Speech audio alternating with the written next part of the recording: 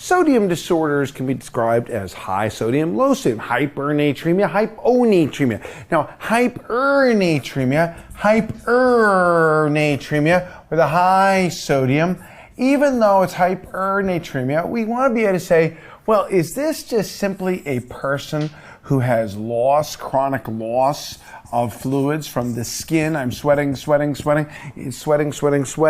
Oh, from the urine. I'm urinating a lot, diuretics, or just polyuria, or the GI tract, such as vomiting, diarrhea, nasogastric suction. Now, interestingly enough, these things can also be causes of hyponatremia if you end up replacing with free water. For instance, if you sweat, and you drink water, eventually you lose a little salt and a lot of water, but if you just replace with free water, the sodium will drive down. If you urinate out a little salt and a lot of water, and you replace just with free water, you can drive the sodium down. If you have diarrhea or vomiting and you replace with free water, eventually you'll drive the sodium down. However, if you're not replacing with free water, you'll become hypernatremic.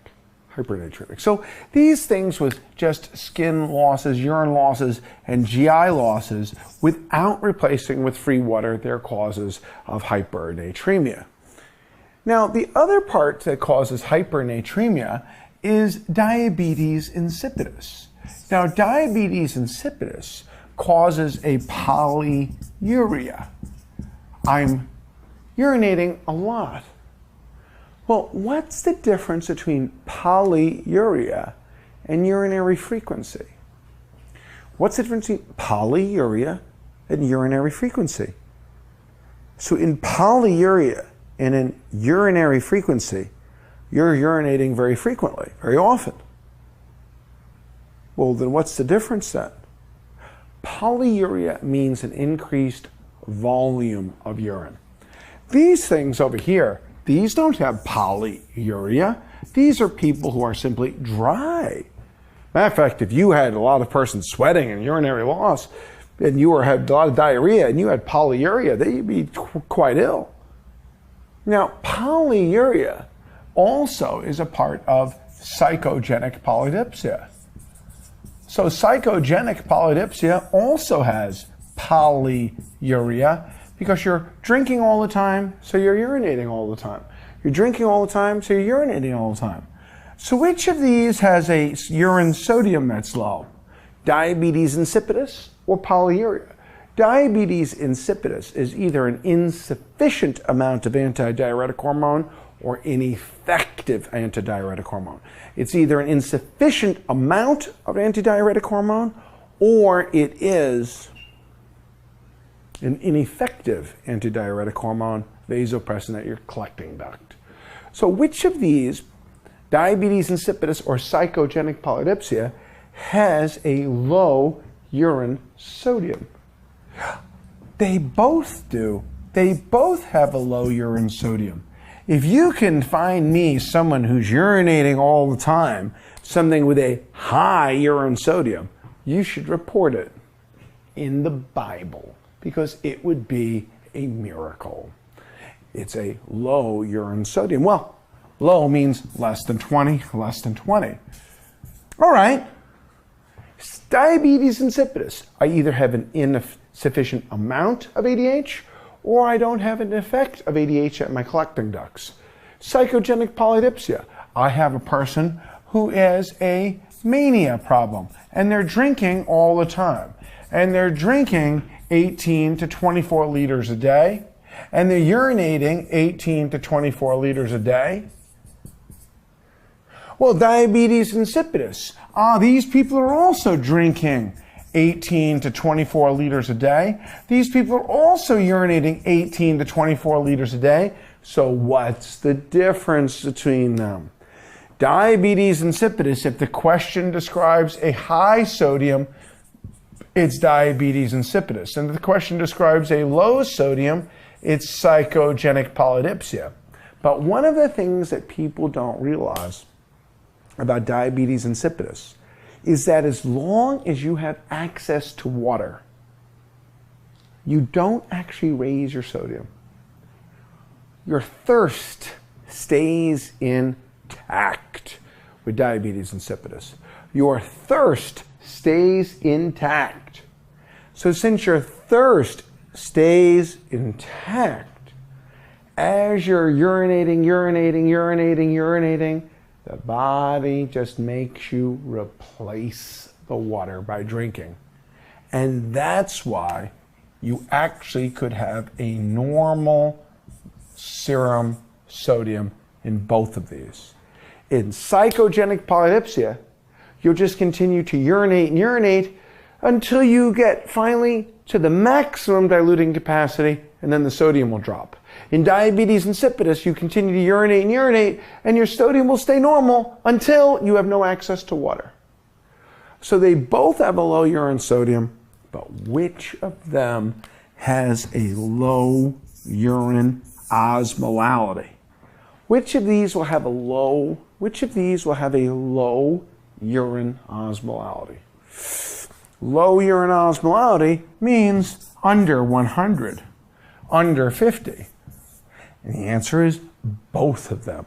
If you can find me someone who's urinating out 18 to 24 liters a day of a high urine osmolality, you should report it in the Bible, because it would be a miracle. You can't be urinating out that much water at a high urine osmolality. So, what you should do is that you can't look to see polyuria and polydipsia. They both have polyuria and polydipsia. How do you know what's coming first? In this case, in diabetes insipidus, the urination leads to the drinking. In psychogenic polydipsia, the drinking leads to the urination. So how will you tell them apart? Now, most people want to say water deprivation test. And that's true. A water deprivation test will distinguish it. In other words, when you stop letting people drink, psychogenic polydipsia should go away once you stop drinking. But diabetes insipidus, you continue to urinate, oh, that's all right with me, even if you stop drinking, because it's a disease of endocrine deficiency. But the first thing you ask people is simply about nocturia. Urinating at night. How often do you urinate at night? How often do you urinate at night? And you don't really think about it. But in psychogenic polydipsia, once you stop drinking, you'll stop urinating, and especially at night. But diabetes insipidus, even though you stop drinking, you continue all night long to continue to go to the bathroom. So that's how you tell them apart. Because everybody, when they go to sleep, every night when you go to sleep, you're doing your own water deprivation test. You go, I'm tired, I think I'll go upstairs and do the water deprivation test. And you stop drinking, and you continue to urinate if you have diabetes insipidus. Water deprivation test. Now, what happens when you have in a normal person, the urine volume when you stop drinking, the urine volume when you stop drinking should go down. When you stop drinking, the urine volume should go down. But if you have diabetes insipidus, you continue to make a high urine volume despite the fact that the serum osmolality is going up. You continue to make a high urine volume despite the fact that as you dry out, you still don't shut off the urine volume. That's a water deprivation test. And the way to tell central and nephrogenic diabetes insipidus is in central diabetes insipidus, when I give ADH, when I give desmopressin, the urine volume will go down when I give ADH. So this is how you tell central and nephrogenic. Central diabetes insipidus is simply deficiency. Central diabetes insipidus is that I have had any sort of brain damage. I've had a stroke, I've had tumor, I've had trauma, I've had hypoxia, I've had infection, I've had granulomatous disease destroying my hypothalamus, my paraventricular and supraoptic nuclei where I make my ADH. And when I've had stroke, I've had damage, I've had hypoxia, I've had head trauma, I've had cancer damaging this stroke, tumor, trauma, hypoxia, granulomatous disease, sarcoidosis, histiocytosis X, dinosaur bites, chopping off my head. Nephrogenic diabetes insipidus, one can be from chronic kidney disease, the other is from low potassium and high calcium. You need to have a normal potassium and a normal calcium level for ADH to work right at your kidney tubule. You need to have a normal potassium and a normal calcium for ADH to work right at your kidney tubule. So that's why the first thing to do in nephrogenic diabetes insipidus is to fix these electrolyte disorders. In central diabetes insipidus, we just replace intramuscular vasopressin, subcutaneous vasopressin, nasal spray vasopressin. Just take the vasopressin and you're golden. But in nephrogenic diabetes insipidus, you fix the underlying cause. And this is one of the reasons why those patients with hypercalcemia have a massive volume deficit, because it's not just the osmotic diuresis of high calcium, it's because high calcium blocks the effect of ADH at the collecting duct. High calcium blocks the effect of ADH at the collecting duct. High calcium blocks the effect of ADH at the collecting duct. High calcium blocks the effect of ADH at the collecting duct. High calcium makes you dry. High calcium makes you dry. Liters dry. 4, 6, 8, 10 liters. Correct the underlying cause. And then this last one is hard to understand. Why do thiazides and non-steroidals fix nephrogenic diabetes insipidus? How do they alter the renal concentrating ability? Because they do. How do thiazides? Not even Dr. Fisher possesses such large Leydig and Sertoli cells that I want to give a diuretic to someone who's urinating 12 liters a day. But thiazides alter the renal concentrating ability so that you can fix a nephrogenic diabetes insipidus with thiazides. And inhibiting prostaglandins with non-steroidals does it too. Hypernatremia. 1, I'm just dry. I'm sweating, I'm urinating, I'm having diarrhea. And I have hypernatremia. 2, I have diabetes insipidus. Diabetes insipidus can look like psychogenic polydipsia. Now, if they tell you the sodium is low, then you know it's not diabetes insipidus. But what happens when the sodium is high? Sodium level's normal. Well, they both have a low urine sodium. They both have a low urine osmolality. You distinguish it based on nocturia and water deprivation test. When you have psychogenic polydipsia, when you stop drinking, you stop urinating. Next, how do I tell central versus nephrogenic? If I give you ADH, your urine volume should come down to normal. When I give you ADH, your urine volume should come back down to normal.